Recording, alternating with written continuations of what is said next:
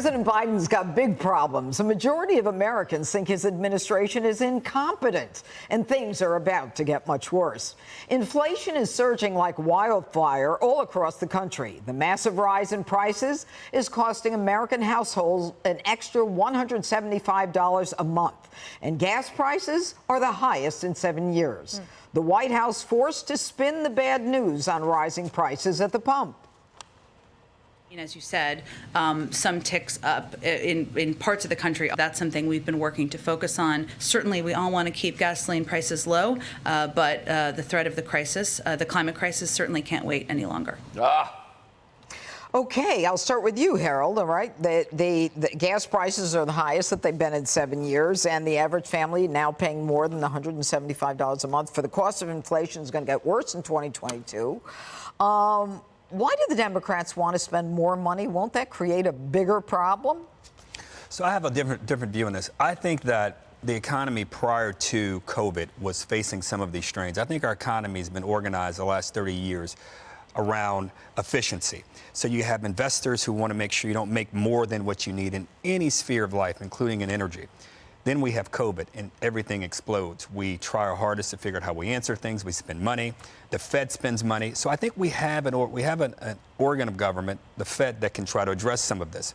I actually think we should be figuring out ways to spend more money on the right things, including how do we improve supply chains. I think supply chains across the world, those constraints, those restraints are causing prices to go up all across the board. And there's an argument to be made that we may be spending more than we should on certain things. But I think if we want 5 to 10 years from now not to face these kind of pressures, energy pressures, durable good pressures, semiconductor chip pressures, we have to figure out how do we invest in ways to help America build more of these and make us less reliant on those overseas whom we depend on to produce them for us. Well, you know, Jesse, Target and Home Depot are now chartering their own ships so that they can deliver billions of dollars of products to get here in time for Christmas. I mean, is it just supply chain or what else is going on? Well, if we hadn't offshored every single factory in this country to Asia, we wouldn't have a huge supply chain issue. Also exacerbating that, there's a trucker shortage. So even if you get the ship containers on shore, there's no one there to drive them to any of these stores. So that's not all Biden's fault, but part of it also. If you're going to spend, what is it going to be if these two bills go through, about $12 trillion in one single fiscal year? That's just going to make U.S. dollar into like whatever the Zimbabwe currency is. We do not want that. What is a Zimbabwe currency? I don't know, but it's probably like 1/1,000,000th of a dollar. So not all of it's Biden's fault, but he's making it worse. And the biggest mistake Joe Biden made was in the spring to dismiss inflation. Yeah. He said, oh, this is just transitory. It's going to go away. Now, he's supposed to be Amtrak Joe, Mr. Scranton. He's supposed to have his ear to the street with the middle class. And to dismiss it like that and then to make a mockery of the hot dog prices on July 4th makes him look totally out of touch, while the average middle class family only making $67,000 a year is now paying an extra $175 in cost of living because of this inflation. All right. So Dana, they're talking about Granholm, the energy secretary, is talking about tapping the energy, the reserve, the oil reserve. You know what? Every administration tries it. It doesn't work. And it's there for emergencies, and so they should really just set that aside.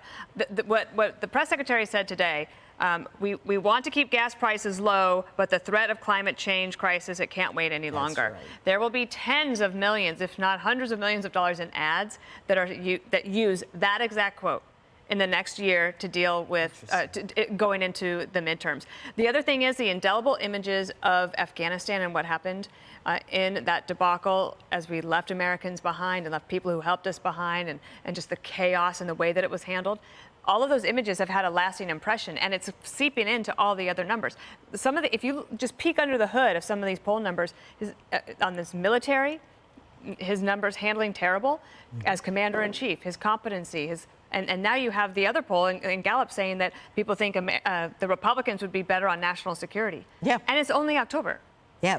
National security, Greg, as well as the economy. 100 trillion Zimbabwe dollars will fetch only 40 cents. No Is that way. incredible? No way.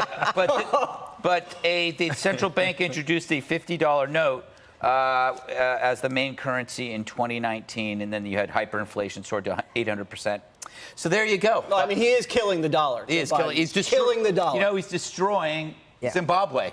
Is what he's doing. Goes to your point. It goes back to kind of the selfish reasons so many people voted for Biden. They didn't care that President Trump improved in these concrete variables. You know, the low inflation, foreign policy, and the vaccines.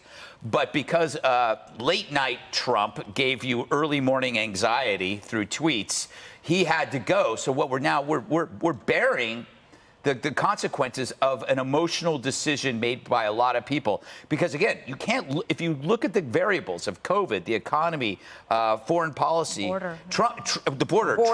Trump blows Biden away, which is why when you look at the media, it's going to be from here on in January 6th, because you can't. It's Scott Adams pointed this out. I haven't done that in a while. All right. They can't. You know what's great? They can't compare the 4 years of Trump, the 4 years of Biden. They're using something that happened after one day, because all of the other variables cannot be And compared. did you see where they have the Facebook whistleblower Yes. to testify now? Total. Yep. All right. Scam. Ahead, liberal police policies unleashing mayhem on innocent Americans. Hey, Sean Hannity here. Hey, click here to subscribe to Fox News YouTube page and catch our hottest interviews and most compelling analysis. You will not get it anywhere else.